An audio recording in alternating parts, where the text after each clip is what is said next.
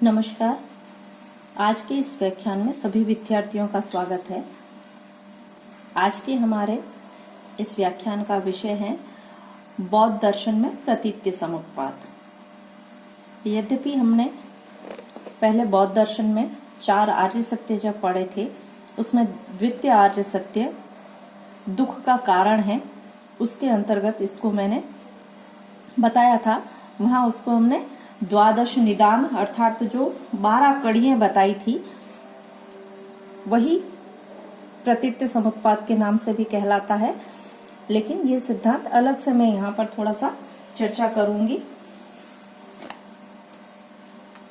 महात्मा बुद्ध के क्षणिकवाद को समझने के लिए उनके प्रतीत्य समुत्पाद को समझना आवश्यक है, जिसका वर्णन हमने बुद्ध के दूसरे आर्य सत्य दुख का कारण के अंतर्गत किया है। इस दूसरे आर्य सत्य में बुद्ध दुखों का कारण ढूंढते हुए कारणता की व्याख्या करते हैं, जो प्रतीत्य समुत्पाद पर आधारित है।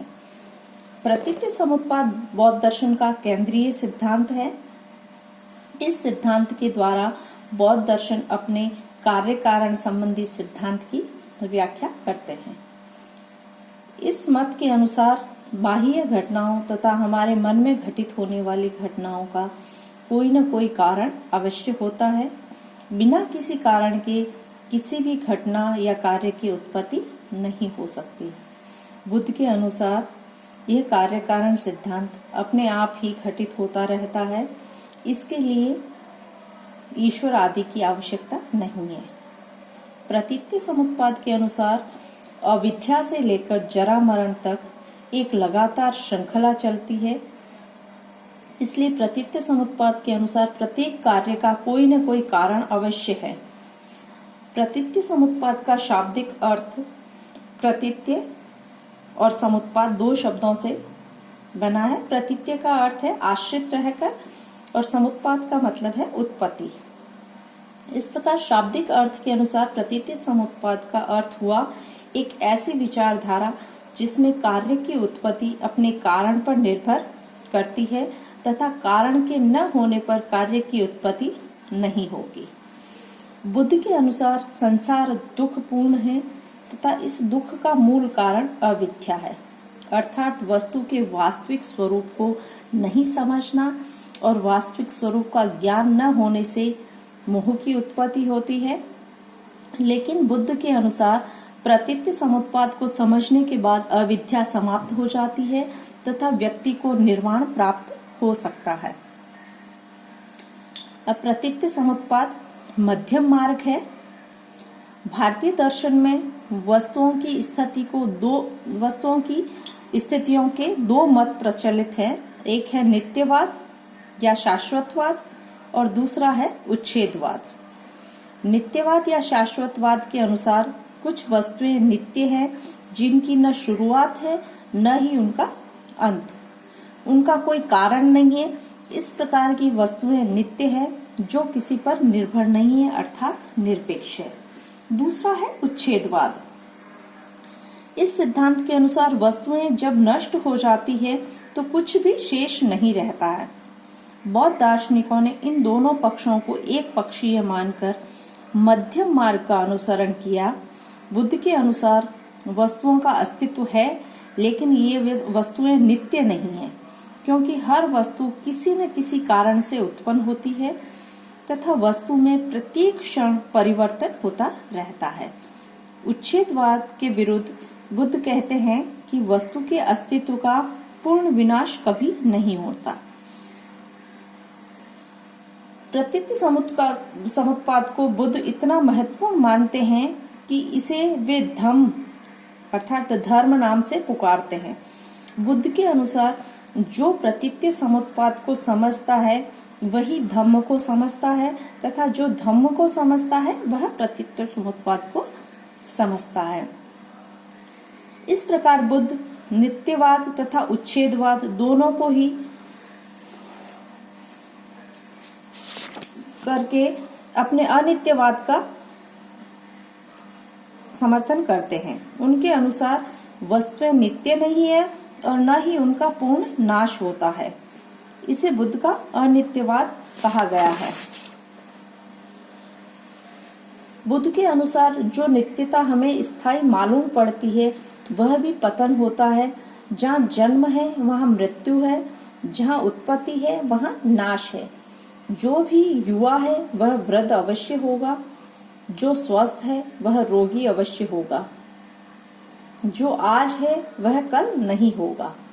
बुद्ध कहते हैं इन नियमों को चलाने के लिए कोई देवी देवता नहीं है, यह नियम स्वतः ही चलता रहता है। अनित्यवाद उच्छेदवाद व नित्यवाद का मध्य मार्ग है। अतः उनके अनुसार प्रत्येक वस्तु अनित्य धर्म से युक्त है। संसार प्रतीत समुत्पाद के सिद्धांत से नियंत्रित है। इसका न आदि है न अंत। मनुष्य, पशु, पहाड़, पत्थर, समुद्र सभी वस्तुएं अनित्य है। प्रतीत समुत्पाद से ही बौद्ध दर्शन का एक दूसरा सिद्धांत निकलता है जिसे क्षणिकवाद कहते हैं। क्षणिकवाद के अनुसार बुद्ध के इस अनित्यवाद को उनके अनुयायियों ने क्षणिकवाद का नाम दिया। वास्तव में प्रतीत समुत्पाद के सिद्धांत से ही क्षणिकवाद नामक उप सिद्धांत निकला है। जो उत्पन्न होगा उसका विनाश भी अवश्य होगा तथा जिसका नाश होगा वह स्थायी नहीं समझा जा सकता। अतः प्रत्येक वस्तु की सत्ता क्षण मात्र के लिए है। क्षणिकवाद अनित्यवाद से भी आगे है। इसका अर्थ केवल यह नहीं है कि प्रत्येक वस्तु अनित्य है, बल्कि क्षणिकवाद के अनुसार तो प्रत्येक वस्तु का अस्तित्व क्षण भर के लिए ही रहता है। क्षणिकवाद का अर्थ है जिस प्रकार एक जल की धारा दूसरी जल की धारा को जन्म देती है, उसी प्रकार एक क्षण दूसरे क्षण को तथा दूसरा क्षण तीसरे क्षण को उत्पन्न करता है तथा ये क्रिया अनंत तक चलती रहती है। इस निरंतर प्रवाह को हम भ्रमवश नित्य मान लेते हैं, लेकिन वास्तव में कोई वस्तु नित्य नहीं है। सभी वस्तुएं अनित्य, क्षणिक तथा नाशवान हैं। दीपक की ज्योति के समान प्रत्येक वस्तु क्षण प्रतिक्षण परिवर्तित होती रहती है। प्रत्येक वस्तु जो पहले क्षण में थी वह वर्तमान क्षण में नहीं है, जो वर्तमान क्षण में है वह अगले क्षण में नहीं होगी। परिवर्तन वस्तुओं का स्वभाव है। क्षणिकवाद के समर्थन में बौद्ध दार्शनिक निम्न युक्तियां प्रस्तुत करते हैं। सतत क्षणिकता साथ साथ रहते हैं। बौद्ध दार्शनिकों का कहना है कि सभी वस्तुएं क्षणिक हैं, क्योंकि जहां भी सत्ता है वहां क्षणिकता है तथा जहां क्षणिकता है वहां सत्ता है। इससे प्रत्येक पदार्थ का स्वरूप क्षणिक सिद्ध होता है, जिसे वर्तमान भूत से तथा भविष्य वर्तमान से उत्पन्न है। दूसरा, वस्तु संघात रूप है। प्रत्येक वस्तु की उत्पत्ति एवं विनाश होता है, क्योंकि वे प्रत्येक वस्तु विभिन्न अवयवों या संघात के द्वारा बनी हुई है। अवयवों का संघात होने पर यानी अवयवों के जुड़ने पर वस्तुओं की उत्पत्ति होती है और अवयवों के बिखरने पर वस्तुओं का विनाश होता है। इस प्रकार वस्तुएं परिवर्तित व अनित्य सिद्ध होती है, जिससे वस्तुओं की क्षणिकता सिद्ध होती है। अर्थ क्रियाकारित्व, यहाँ पर क्षणिकवाद के समर्थन में ही बौद्ध दार्शनिकों ने एक और सिद्धांत जो उनका है अर्थ क्रियाकारित्व, यह सिद्धांत प्रस्तुत किया है। क्षणिकवाद के समर्थन में अर्थ क्रियाकारित्व का सिद्धांत सबसे प्रबल तर्क है। अर्थ क्रियाकारित्व का अर्थ है किसी कार्य को उत्पन्न करने की शक्ति। अतः कहा है अर्थ क्रियाकारित्व लक्षणम सत। जो वस्तु खरगोश के हींग के समान असत हो, उससे कोई कार्य उत्पन्न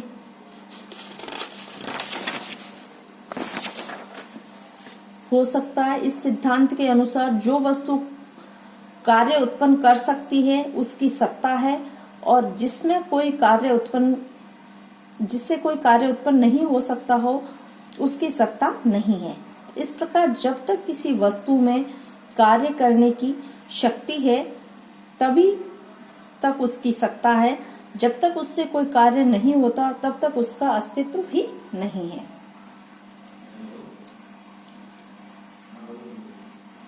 एक वस्तु से एक क्षण में एक ही कार्य हो सकता है तो अगले क्षण में कोई दूसरा कार्य होता है, तब उस पहले क्षण की वस्तु का अस्तित्व समाप्त हो जाता है।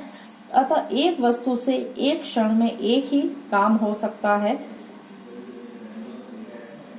उदाहरण के लिए एक क्षण में दो क्रिया उत्पन्न नहीं हो सकती। अभी अगर हम इसको एक बीज के उदाहरण से समझाएं तो बीज में भी एक क्षण में दो क्रियाएं उत्पन्न नहीं हो सकती। अभी उसमें पौधा उत्पन्न नहीं होगा क्योंकि अभी वह बोया नहीं गया है। मिट्टी में बो देने के बाद उसमें पौधा उत्पन्न होता है। इन पौधों का क्षण क्षण विकास होता है। विकास की प्रक्रिया में कोई दो क्षण एक समान नहीं हो सकते हैं। अतः पौधा क्षण क्षण परिवर्तनशील रहता है और उसका कारण बीज भी अर्थ क्रिया कारित्व के सिद्धांत से क्षण क्षण क्रियाशील है। इस प्रकार संसार की सभी वस्तुएं बीज के समान क्षणिक हैं। आत्मा भी क्षणिक है क्योंकि कोई भी मनुष्य किन्हीं दो क्षणों में एक सा नहीं रह सकता है। यही सिद्धांत क्षणिकवाद कहलाता है। लेकिन क्षणिकवाद की भी कुछ आलोचनाएं की गई है। क्षणिकवाद के विरुद्ध जो आक्षेप लगाए गए उसमें एक है क्षणिकवाद कर्म सिद्धांत का विरोधी है।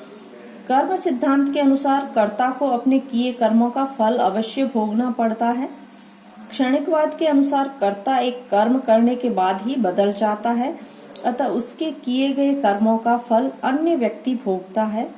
वह कर्म फल भोगने के लिए अपने पूर्व रूप में नहीं रह सकता है। यह निश्चय ही कर्म सिद्धांत के विरुद्ध है। क्षणिकवाद कार्य कारण नियम की व्याख्या करने में असमर्थ है। यदि कारण केवल क्षण भर के लिए है तो फिर वह इतने अल्प समय में कार्योत्पत्ति कैसे कर सकता है। यदि कारण क्षण भर में नष्ट हो जाता है तो उसके द्वारा उत्पन्न कार्योत्पत्ति कैसे कर सकता है। यदि कारण क्षण भर में नष्ट हो जाता है तो उसके द्वारा उत्पन्न कार्य को शून्य से उत्पन्न माना जाएगा।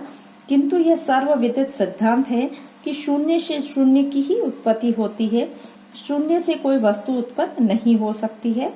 इस प्रकार क्षणिकवाद को सत्य मान लेने पर कार्य कारण नियम की व्याख्या नहीं की जा सकती है। क्षणिकवाद निर्वाण को निरर्थक सिद्ध करता है। यदि मानव जीवन क्षणिक है तो फिर व्यक्ति को क्षणिक दुख के लिए इतना परेशान होने की क्या आवश्यकता है। दुख भी तो क्षणभंगुर ही है। उसके अतिरिक्त व्यक्ति का जीवन यदि क्षणिक है तो वह अथक परिश्रम द्वारा निर्वाण का फल भोगने में असमर्थ है। उसके द्वारा प्राप्त निर्वाण का फल उसे न मिलकर अन्य लोगों को मिल जाएगा। ऐसी स्थिति में कोई भी विवेकशील व्यक्ति निर्वाण की प्राप्ति के लिए प्रयत्नशील नहीं रह सकता। क्षणिकवाद मनोवैज्ञानिक तथ्यों की अवहेलना करता है। मनोविज्ञान स्मरण एवं प्रतिभिज्ञा को तथ्य के रूप में स्वीकार करता है। क्षणिकवाद के अनुसार व्यक्ति का अस्तित्व क्षण मात्र के लिए है। ऐसी स्थिति में वह पूर्व घटित वस्तुओं का न तो स्मरण कर सकता है न उसे पहचान सकता है। इस प्रकार क्षणिकवाद स्मरण एवं प्रतिभिज्ञा जैसे मनोवैज्ञानिक तथ्यों की उपेक्षा करता है। क्षणिकवाद जीवन में निराशा उत्पन्न करता है। यदि व्यक्ति ये महसूस कर ले कि उसका जीवन क्षणिक है तो उसे अपार निराशा मिलेगी। उसका जीवन दूभर हो जाएगा और वह स्थिति निराशाजनक है। प्रतीति समुत्पाद के सिद्धांत से ही आगे उनका अनात्मावादी सिद्धांत भी एक निकलता है। उसके अनुसार भारतीय परंपरा में एक नित्य एवं स्थायी आत्मा की सत्ता को स्वीकार किया गया है। शरीर के रहने या न रहने पर भी आत्मा रहती है। एक शरीर नष्ट होने पर दूसरे शरीर में इसका प्रवेश होता है। किंतु हमने देखा है कि प्रतीत्य समुत्पाद के सिद्धांत के अनुसार बुद्ध भिन्न भिन्न सत्ता को स्वीकार नहीं करते, अतः उन्हें नित्य स्थायी अमर आत्मा को नहीं मानते। इसी प्रकार इसी का नाम अनात्मवाद है। इसे हम निम्न बिंदुओं से समझ सकते हैं। पुनर्जन्म की समस्या। यहाँ पर समस्या आती है कि जब कोई नित्य सत्ता नहीं है तो बुद्ध पुनर्जन्म में कैसे विश्वास रखते हैं, तथा वे कहते हैं कि बचपन, जवानी व बुढ़ापे में एक ही व्यक्ति कायम रहता है। बुद्ध कहते हैं कि जीवन क्षणिक क्रमबद्ध और अव्यवस्थित अवस्थाओं का एक प्रवाह या संतान मात्र है। विभिन्न अवस्थाओं की संतति को ही जीवन कहते हैं। इस संतति के अंदर किसी अवस्था की उत्पत्ति उसकी पहली अवस्था से होती है। इसी तथा वर्तमान अवस्था भविष्य की अवस्था को उत्पन्न करती है। अतः संपूर्ण जीवन एक सार नजर आता है। जीवन दीपक के समान है। जीवन की एक सूत्रता को रात भर जलते दीपक के समान समझ सकते हैं। प्रत्येक क्षण की ज्योति दीपक की अलग अलग अवस्था है। क्षण क्षण दीपक की अवस्था बदलती रहती है, अतः हर क्षण ज्योति भिन्न भिन्न है, लेकिन निरंतरता के कारण ज्योति अखंड मालूम होती है। पुनर्जन्म को भी दीपक के उदाहरण से समझ सकते हैं। जैसे एक ज्योति से दूसरी ज्योति को प्रकाशित किया जा सकता है, किंतु दोनों ज्योति एक नहीं समझी जा सकती। दोनों का अस्तित्व एक दूसरे से पृथक है, उनमें केवल कार्य कारण का संबंध है। इसी तरह वर्तमान जीवन की अंतिम अवस्था से भविष्य जीवन की प्रथम अवस्था की उत्पत्ति हो सकती है, किंतु दोनों दो पृथक जीवन होंगे। इस तरह पुनर्जन्म संभव है तथा उसके लिए किसी नित्य आत्मा की सत्ता स्वीकार करना आवश्यक नहीं है।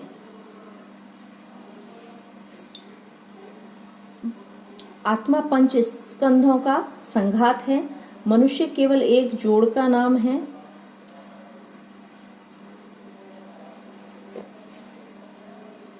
इसी प्रकार बाह्य रूप, शरीर, विचार एवं संज्ञा के समूह को मनुष्य कहते हैं। जब ये मिलते हैं तो मनुष्य बनता है, और जब बिखरते हैं तो मनुष्य का अंत हो जाता है। संघात के अतिरिक्त आत्मा नामक कोई वस्तु नहीं है। मनुष्य 5 प्रकार के परिवर्तनशील तत्वों का संघात है, जो निम्न है: रूप, वेदना, संज्ञा, संस्कार और विज्ञान। रूप का मतलब है मनुष्य शरीर के आकार, रंग आदि सभी को रूप के अंतर्गत ले सकते हैं। वेदना, सुख दुख उदासीनता का बोध ही वेदना है। संज्ञा, हमें जो नाना प्रकार के ज्ञान होते हैं वे सब संज्ञा है। पूर्व कर्मों के कारण जो प्रवृत्तियां उत्पन्न होती है वे संस्कार हैं। हमें जो अपनी चेतना का ज्ञान है वह विज्ञान है। इस तरह पंच स्कंद मिलकर मानव का निर्माण करते हैं, जिसे हम आत्मा समझ लेते हैं तथा इस नित्य समझकर उसके मोह में फंस जाते हैं तथा मोक्ष प्राप्त कर उसे सुखी बनाने की सोचते हैं। लेकिन नित्य आत्मा की सत्ता मानना ही वैसा ही है जैसे स्वप्न में देखे गए किसी